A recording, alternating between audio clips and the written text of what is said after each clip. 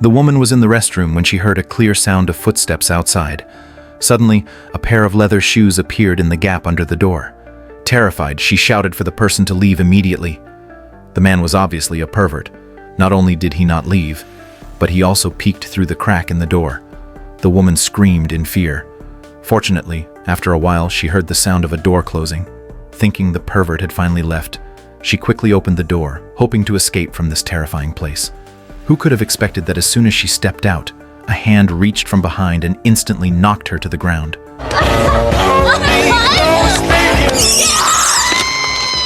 Nicole took advantage of her parents being away and secretly packed her things, preparing to run away from home. Her boyfriend, Jess, was waiting for her in a convertible. They had planned to head to Los Angeles and stay temporarily at Jess's cousin's house. However, on the way, Jess received a call from his cousin, delivering some unfortunate news. Basically, his cousin's wife was not happy about them coming over. Nicole was furious when she heard this. She didn't want to end up on the streets, nor did she want to turn back so soon. Jess quickly comforted her, saying he would figure something out, and she shouldn't worry. But Nicole felt there was no other option and decided to call her parents for help. Jess, however, thought it wasn't a good idea to ask them so soon after leaving. They started arguing about it. In the heat of their argument, Jess wasn't paying attention and nearly collided with an oncoming yellow pickup truck. Luckily, he reacted fast, swerving the car just in time to avoid a disaster. Hot-tempered as he was, Jess couldn't just let it go. He wanted to get out and confront the pickup driver, but the driver completely ignored him and just sped away. Frustrated, they had no choice but to continue driving. Not long after, Nicole started feeling stomach discomfort and needed to use the restroom. Jess pulled over to let her find a spot to relieve herself. But Nicole was afraid there might be snakes in the bushes and insisted on finding a proper restroom. Fortunately, they soon spotted a rest stop ahead. Jess had no choice but to take Nicole to the public restroom there. The place was in terrible condition, messy and unkempt. Nicole picked the cleanest available stall. At that moment, she noticed that the wooden door was covered with messages asking for help, but she didn't think much of it. After using the restroom, she was ready to leave. Just as she reached the door, a strange noise came from the storage room next to her. She assumed it was just a rat and didn't pay it any attention, walking straight out of the restroom. As soon as she stepped out, Nicole was stunned. Jess and their car were nowhere to be seen. At first, she thought it was one of his pranks and laughed, calling out for Jess to stop messing around. But after shouting for a while with no response, she realized something was seriously wrong. She was both angry and scared, resenting Jess for abandoning her. She swore that once she found him, she would give him a good lesson. Nicole decided to call for help, but when she picked up the phone, she discovered the line had been cut. There was no way to make a call. She then turned to the nearby bulletin board. It was covered with missing person posters. A wave of terror swept over her. Having no other choice, she ran to the rest stop office for help. She shouted for assistance, but the place was eerily silent. There wasn't a single person in sight. Nicole considered walking to the next rest stop, but when she checked the sign, it was over 60 kilometers away. After hesitating for a while, she gave up on that idea. Just as she was at a loss for what to do, a pickup truck suddenly sped toward her. Reacting quickly, she jumped into the nearby bushes just in time to avoid getting hit. That was when she noticed the driver tossing a phone out of the truck. She picked it up and realized it was Jess's phone, but the battery was missing. Nicole shouted at the driver, demanding to know what he had done to Jess, but he completely ignored her and drove off. Then she suddenly remembered something. The truck's license plate looked exactly like the numbers she had seen carved into the restroom's wooden door. She rushed back to the restroom. After careful observation, she confirmed that the wooden door indeed had multiple messages about kidnappings, and the license plate number was an exact match. Nicole finally understood. The driver had to be a dangerous man. She immediately ran to the rest stop's office and smashed a window with a rock, hoping to find something useful. Luckily, she found a radio transmitter. She quickly sent out a message to the police and anxiously waited for a response. After waiting for a long time, the radio finally crackled to life. The person on the other end identified himself as a police officer. After confirming Nicole's location, he said he would arrive in half an hour. Nicole finally breathed a sigh of relief, but she was so exhausted that, without realizing it, she fell asleep. Before long, a strange noise woke her up. She quickly went outside to check. In the open lot, she saw Jess's convertible. Her heart raced with excitement, thinking she could finally leave this place. She ran over and opened the car door, only to find a large bloodstain on the driver's seat. Her heart sank again, fear gripping her as she wondered what had happened to Jess. Right now, all she wanted was to escape this terrifying place. Unfortunately, no matter how many times she tried, the car wouldn't start. It was obvious that the convertible had been tampered with. Just then, a beam of light lit up beside her as a vehicle approached. Nicole squinted and realized it was that horrifying pickup truck heading straight for her.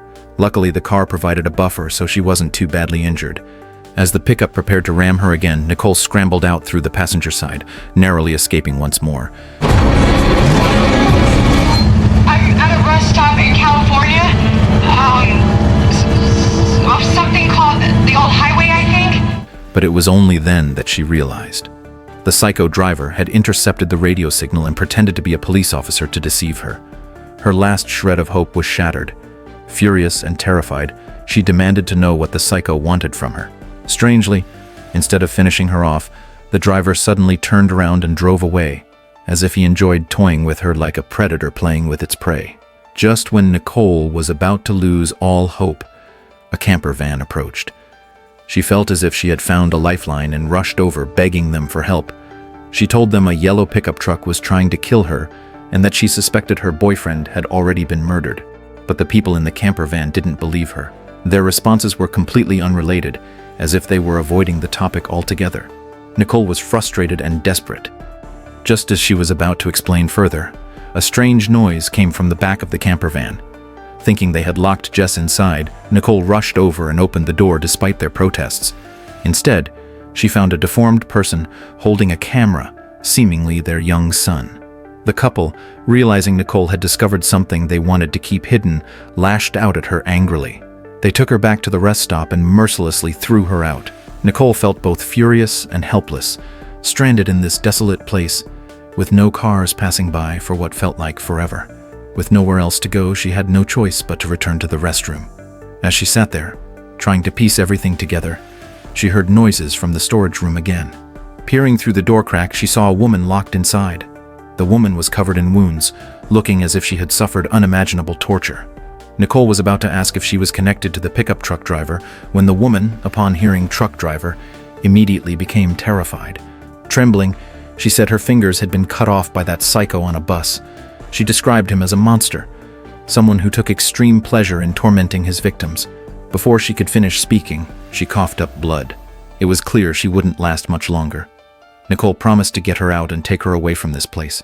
She ran back to the car, grabbed a crowbar from the trunk, and returned to pry open the storage room door. But when she finally managed to open it, the room was completely empty. It was as if everything she had just witnessed had been nothing but an illusion.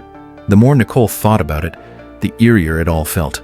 She ran to the bulletin board and checked the missing persons posters. Sure enough, she found a profile for a woman named Tracy. But the strange thing was, the poster stated that Tracy had gone missing in 1971. Nicole's body trembled in fear. Overwhelmed by fear and frustration, she swung the crowbar, smashing everything in the restroom. At that moment, a police officer on a motorcycle arrived at the rest stop. Seeing the broken glass in the office, he assumed something had happened and went in to check. Nicole saw Officer Michael as if he were her savior. She ran to him, frantically explaining that a pickup truck driver was trying to kill her and begging him to take her away. Michael reassured her, telling her not to panic and that he would make sure she got out safely. He then asked her to describe the driver's appearance. Just as they were talking, the sound of an approaching vehicle interrupted them. Nicole gasped in fear. It was the pickup truck. Michael told Nicole to stay put while he went to investigate. He walked up to the truck and exchanged a few words with the driver. Then, to Nicole's horror, he let the driver go. Nicole was stunned and demanded to know why he let him leave. Michael calmly explained that the driver was just lost and wasn't some kind of psycho killer. Besides, there wasn't enough evidence to arrest him. But the truth was, the driver was a monster.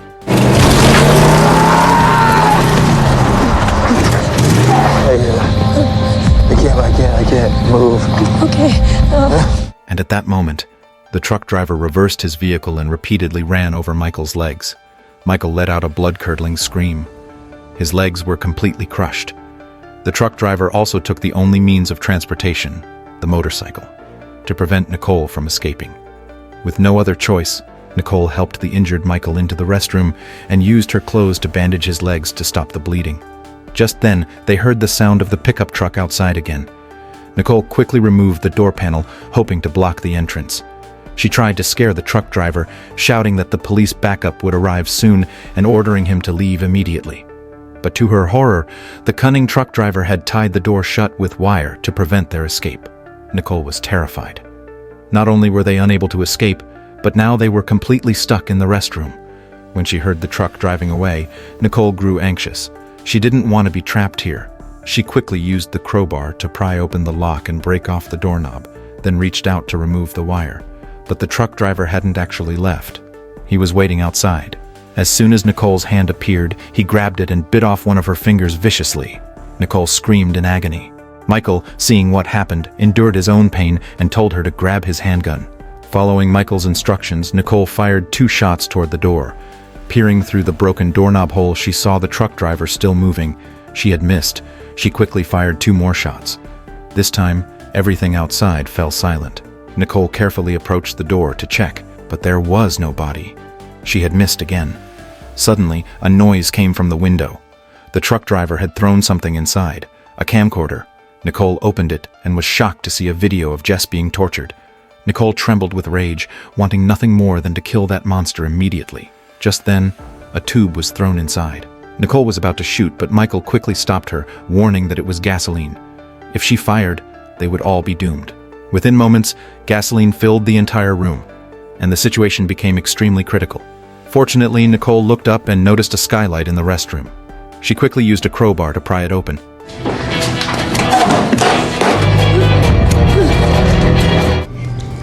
I'm gonna get you out of here. Somehow. There's 2 bullets left in the gun. Use them on me. But Michael knew his injuries were too severe. He wouldn't be able to escape, and he would only slow Nicole down.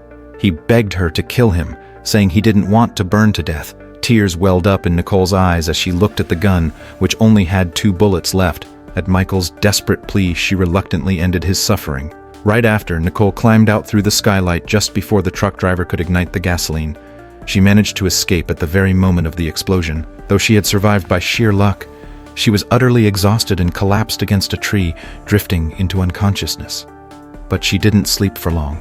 The sound of the pickup truck's engine roared again, jolting her awake.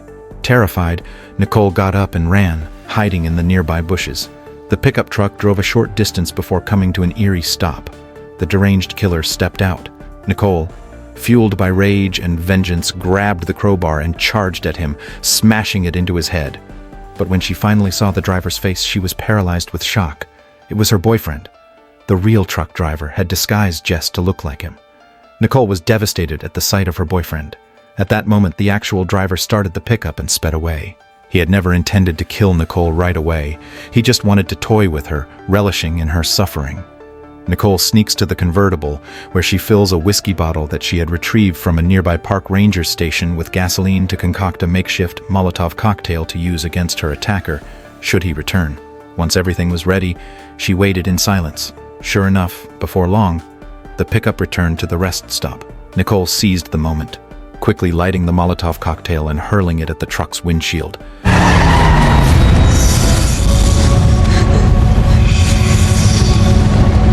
With a deafening explosion, the truck burst into flames. Nicole was certain that the psycho driver was dead. After a while, she turned around, and to her horror, the man from the truck was standing right behind her. Time passed, and the restroom at the rest stop was renovated. One day, a girl came in to use the restroom. A police officer warned her that there had been a fire there before and that it had just been refurbished. The paint was still wet, so she should be careful. After finishing, the girl was about to leave when she heard cries for help coming from the storage room. Terrified, she quickly called the police to check it out. The officer opened the door but found nothing inside. Thinking the girl was playing a prank, he angrily shut the door and walked away. What they didn't know was that, as they left, the camera slowly panned toward the storage room. The tortured woman still seemed to be trapped inside, while the sadistic killer remained at large. Driving his pickup down the desolate and treacherous highway, he continued his spine-chilling hunt for the next victim, and with that, the film came to an end.